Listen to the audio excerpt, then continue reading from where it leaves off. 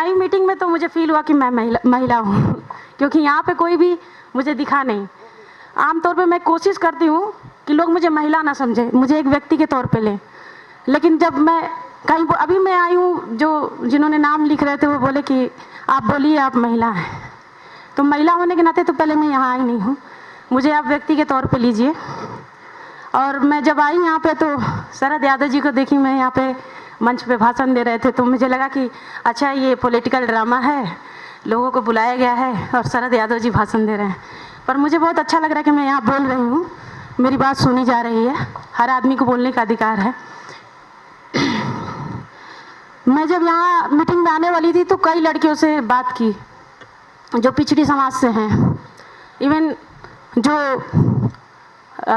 General हैं उनसे भी बात की, क्योंकि उनकी भी ड्यूटी बनती है कि जो समाज दबा हुआ है, जो डार्विन का सिद्धांत है कि उसको खींच के उठाएं, तो कहीं ना कहीं उनको भी अपना मोराल ऊपर करना चाहिए।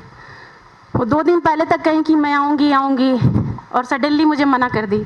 मैं आने के समय मैं एकदम अकेली हो गई, तो मुझे लग रहा था कि ये क्या है। कहीं ना कहीं मजदूर वर्ग में एक बात होती है महिलाओं को लेकर कि वो बराबरी पे लड़ती हैं।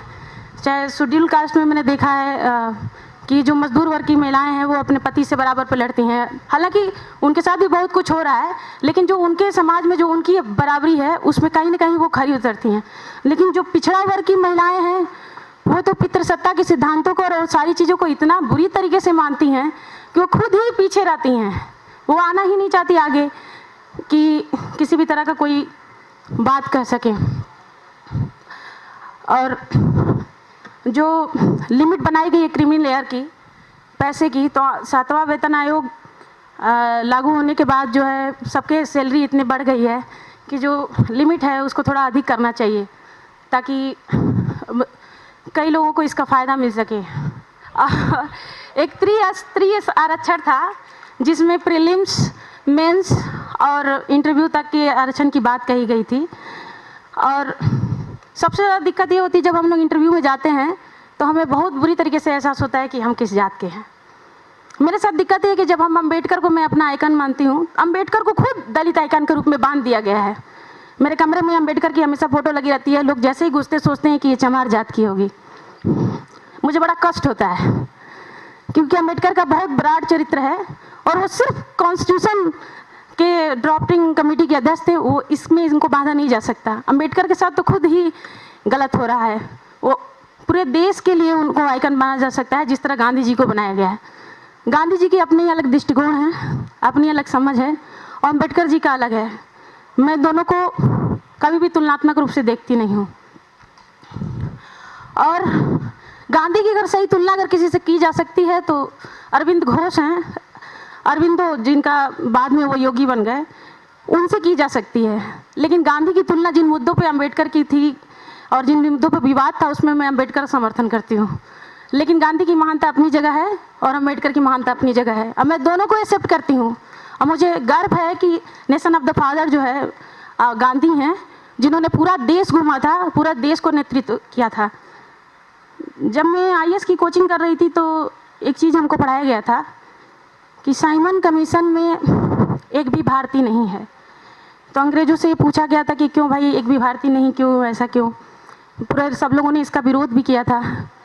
तो अंग्रेज़ों ने लॉजिक दिया था कि जो भारत है वो एक्चुअली भारत नहीं है, वो वर्ग में ग्रुपों में बटा हुआ एक समाज है। वहाँ पे महिला को रिप्रेजेंट कोई और करता है, दलित को रिप्रेजेंट कोई और करता है, कोई एग्जैक्ट भारतीय है ही नहीं। हम किसको भारतीय कहें? सिर्फ एक गांधी थे जिनको कमज़ोर किया जा सकता था और जिनको, क्योंकि वही पूरे भारत को रिप्रेजेंट करते थे। फिर भी मैं एक बात कहना चाहूँगी कि जो पिछड़ा वर्ग की महिलाएं हैं उनके लिए स्पेशली, क्योंकि जो दलित वर्ग की महिलाएं हैं वो बहुत जागरूक हैं, उनसे बात करिए। पर्सनली तो मैं देखती हूँ कि वो उन चीज़ों का विरोध करना जानती है जिन चीज़ों को उनको विरोध करना चाहिए। हमारी माता जी जो है, मेरा एज जो है 25 साल की है, वो फ़ोन करके कभी मुझसे ये नहीं कहती कि बेटा जिस पे फोकस है उसको पढ़ो और उसमें अपना करियर बनाओ। क्योंकि मैं जब भी सोचती हूँ कि ये मेरी पीढ़ी है तो मेरे हाथों में न जाने कितनी पीढ़ियों की ताकत आ जाती है। मैं नहीं चाहती कि मैं 57 साल की 60 साल की हूँ तो मैं सोचूं कि मैंने अपनी जवानी स्पॉइल कर दी। कुछ ना कुछ मैं करना चाहती हूँ लोगों के लिए, समाज के लिए। लेकिन मेरी माँ को लगता है कि शादी कर ले, घर बसा ले, बच्चा कर ले, ये बहुत बड़ी चीज़ है। ठीक है, वो फ़ोन करती, वो कभी नहीं कहती मुझसे कि तुम फोकस करो, पढ़ाई करो, शादी ब्याह जो करना होगा अपने हिसाब से कर लेना, हम तुम्हारे साथ हैं, कभी नहीं कहती। लेकिन वहीं मेरी जितनी जो सहेलियाँ हैं, जो पंडित हैं, जो बड़ी जात की हैं, उनसे कहा जाता है फ़ोन करके, उनके घर वाले, तो ये दिक्कत है कि वो अपनी सोच से पीछे हैं। चलिए ठीक है, वो सोच से पीछे हैं। जो पिछड़े समाज के पुरुष है वो भी अपने सोच से पीछे हैं, उतने ही पीछे हैं जितनी की महिलाएं हैं। ठीक है, खास तौर पे महिलाओं को लेकर।